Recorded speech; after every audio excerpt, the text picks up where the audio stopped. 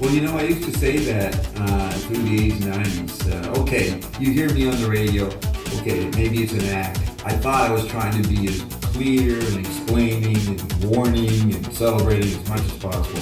But easy was taken as not serious. But I always said, you meet me personally, you'll have a totally different image of me. You'll find out I'm not at all what you think I am. And occasionally I would meet someone in the audience and they would be surprised. They would be just flabbergasted the way I was in person, which would be the chemical body. So that even helped me understand that the chemical body is way different from the discarnate electrified broadcasting body, because the hallucination was going on about me with more than I anticipated. So your reaction, I've had that reaction many times. You know what I mean? I used to brag about it. I used to tell the stupid sub-geniuses, you guys think I'm an idiot, blah, blah, blah. Dude, come over and meet me. You meet me, you realize I am your J.R. Bob Doss. You'll realize what a nice guy, what a neat guy I am, a friendly person, And you see that. What we would say human, but you're not even human. Well, I'm very human, soft, gentle, sense of human, but it's inhuman that I'm like that and then not like that on the radio. So that's what you mean by not being human. Not like that? See, okay. No, because we, or you, you are now the most ascending, or the most ascending. Well, no, we don't know. There are many people, Sarah, thinking, man, all these people, right? They've been. Oh, but I might be some feedback loop. I may be innocent. That's why I'm just defining. I might be some feedback backwards loop, reenacting the fall as a joke to bring things. Yeah, I might be a very complex version of the same, but I would never say I'm the most ascending person. No, I think you said that. Oh, I say that among the little men. You people, among the INFs. Well, Carolyn's right there, neck and neck, you know what I mean? It's always going to be neck and neck with Carolyn. She's always going to be exactly, it's going to be a tying race. A dead heat, they call it. But so to realize the way I am in person, is that so surprising, then that means I'm not human? Is that what you're saying?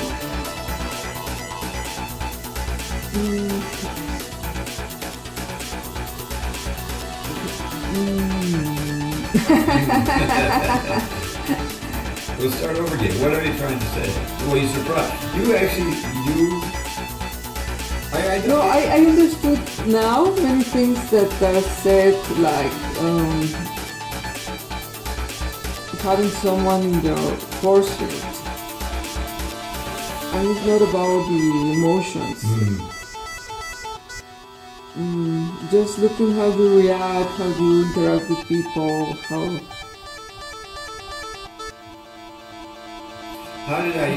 when did you learn about me when we were dancing with the kids tonight in the park? Was that surprising or was that understandable? Playing with the kids? No, you do this like very natural, without the force. You're really following your joy and relaxing and allowing. I'm doing things before it's even thought about whether to do it. I'm dancing with the kids before you notice whether I decided to dance with the kids, right? Something like that. Already doing it. Whatever's happening, I'm already involved in it. It's not me sitting back deciding, making decisions, and okay, I'll do this. Is that what you mean? Yeah, it's very spontaneous. Yeah. Very natural. It's not. I'm not concerned about my image. And I see the coherence, because many times you meet these spiritual leaders or whatever, and they're not at all what they're preaching. Right. And I see the coherence. Yeah. And my behavior is coherent with what representing? What Ion is Representing. saying that we should do. Yeah. Oh, that's good. We're here to have fun. Right. And we had fun. And we should put this on record. We go to this amazing park. It was Hitler's airport. It's huge. Tempelhof. Tempelhof. Templar's place. What's off mean? Hof is like a patio. Patio, yeah. The Templar's patio. And there's a few old airplanes there. There's a huge air hangar that is empty. And by this huge park, which is always just paved. And people are playing soccer, hang around. The Berliners are pretty amazing people. This is a different city. Everybody's really a slacker. And they can walk around drinking wherever they want, and they don't bother women. And they come out real late. So it was a great new aspect of Berlin that we experience today. So we go over this area where they are growing gardens. It's just people occupied and start growing stuff. And then this guy, it was his birthday, and he had this recorded disco thing that we could play remote, and we got everybody dancing. But we got talking. This guy comes up to Roxanne and says, I've seen you before. And Roxanne recognizes him. And he was someone you met at a gallery like 3 or 4 months ago. In March. You're at the gallery. March 8th. March 8th? That's International Women's Day, traditionally.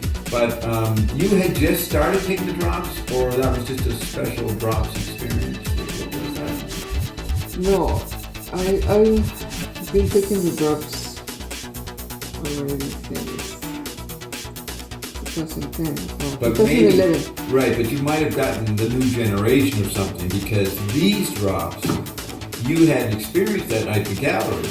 You started to hear Ion talking to you, and you also could read people's minds or body behavior. So you're having this psychic transparency going on, and it was disorienting you, and you were talking out loud, and people thought that you were acting bizarre. Well, They thought I was on drugs or something. yeah, and you were, and Ion says, report to Bob. She heard this in the gallery. Had you performed that night? Had you played music? No. I was at the concert with some friends. And then went to the gallery? Or was Yes. the concert in the gallery? Whoa, we went near the place where the concert plays. That's where the gallery was. So you watched the performance. There were some musicians. Yeah. So there was this guy there who you noticed. Well, all of a sudden tonight he's talking to you, and you're recognizing each other, and you're reminding him of that night and what was happening to you. And then he said, well, who is this guy? Pointing to me. And we explained to him that you heard these voices say, report to Bob. And this is the Bob that was said to you back in March. And this guy was from that night. Now he's talking to us. He was brought back to be part of this. The witness of that Now he never heard you. anomaly. Yeah, he had left, gone to a party. So he wasn't there when you were still going through these strange experiences. He may not have even seen you acting on, right? No, I think he noticed, but then he left. Did he talk to you? No, But you noticed him. Had you ever seen him before in the life? just when I met him that day. That was the only time. Yeah. Okay. So here's this guy. He shows up in this guard park, just wandering around with a British girlfriend. And we start talking, and he's a lively guy, and then we explain that, he's asking, why are you with this guy? Who's he? Well, Ion, we had to tell him a little bit about Ion. Ion told me to report to him, but Bob reported to me. and this guy was part of the beginning of it in March, and now he was there for the completion Well, of he it. was a witness of that thing, and He was a witness of the whole thing, and he showed up. And there's a million, no, what is there, 4 million people in Berlin? Almost. Yeah, millions of people, and he shows up there right in our little spot in a huge aircraft landing place. Why there? No, it comes from the garden, but it was possible that you could have an interesting experience in the garden, but he showed up, and then he ended up dancing with us. So that is an ionic type of anomaly. So I told this explained this to the English girl and to a couple other people, and they were going, that's absolutely amazing. You know, they basically intuited that sound like a pretty extreme synchronicity, right? So that's an example of what? Of life in Ireland. Yeah, how your life becomes so magical. Yeah, magical, self-referential, pre-programmed. What? Fun, yeah. So that's an example. So you witnessed this. Yeah, and he witnessed, and he was there to say yeah. Yeah. But that's what you're witnessing me around you, is this kind of fun thing that's going on.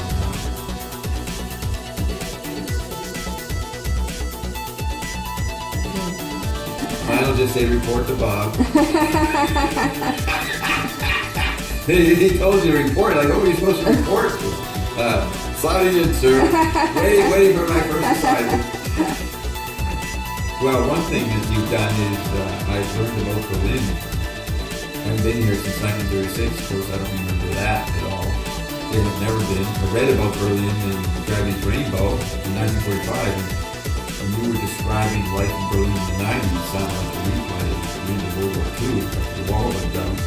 But definitely, so I talked to this English girl. Here was someone who could speak English, I could understand each other. I said, is Berlin a different place? Yes, I lived here for 3 years, no place like Berlin. And she was confirming what you were telling me. And she wasn't living in Berlin now, she had moved on somewhere else, but it was good to talk to somebody who could speak English. Richtig. Yeah. So, yeah, I recommend people come to Berlin and have Roxanne show them around.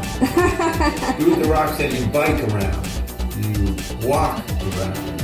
You don't take cars, you don't take the streetcar, you don't take subways, you mingle. She can show you what is unique about Berlin.